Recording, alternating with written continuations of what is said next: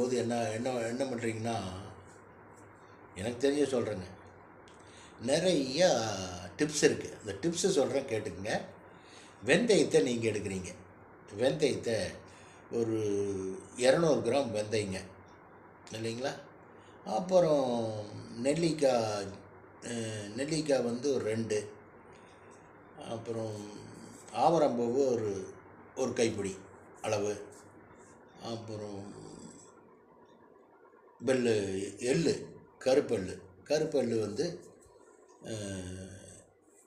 கொஞ்சோண்டு போட்டுக்கலாம். கொஞ்சோண்டு போட்டு நல்லா மிக்சியில் போட்டு ஊற வச்சு நல்லா மிக்சியில் போட்டு அடித்து நல்லா உருண்டை பண்ணி ஒரு நாள் ஃபுல்லாக காய வச்சுட்டு டெய்லி 2 முழுங்குங்க.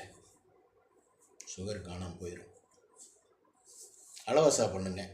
அளவாக சாப்பிட்டு வெஜிடபிள்ஸ் நிறைய எடுத்துக்கங்க சார். வெஜிடபிள்ஸ் நிறைய எடுத்துக்கணும்.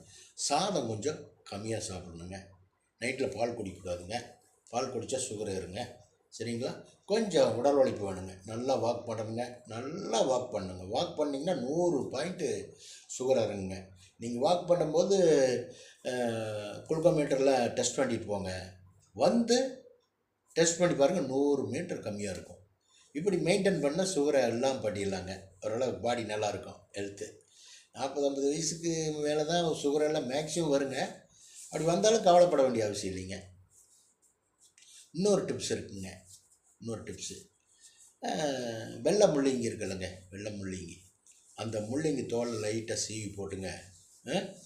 சீவி போட்டு மிக்சியில் கட் பண்ணி அடித்து தண்ணி ஊற்றி கடன்னு ஒரு 150-200 ml பக்கம் கடன்னு விட்டுருங்க. எதுவுமே பண்ண வேண்டாம். சுகர் கண்டிப்பாக இறங்கிடும்.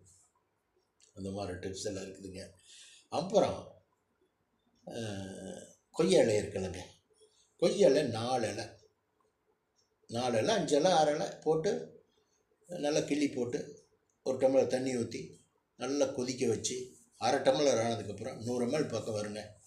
முடக்குன்னு ஒரு முடக்கு குடிச்சிருங்க. அவ்வளோதாங்க, சுகர் இல்லாமல் போயிடும். உடல் உழைப்பு வேணுங்க. உடல் உழைப்பு வேணும்.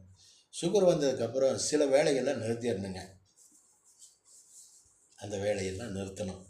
அந்த வேலையெல்லாம் அப்புறம் தேவையில்லை. உங்களுக்கு தேவையில்லை. வயசுமாகும்போது 50க்கு மேலே ஆகும்போது அதெல்லாம் கொஞ்சம்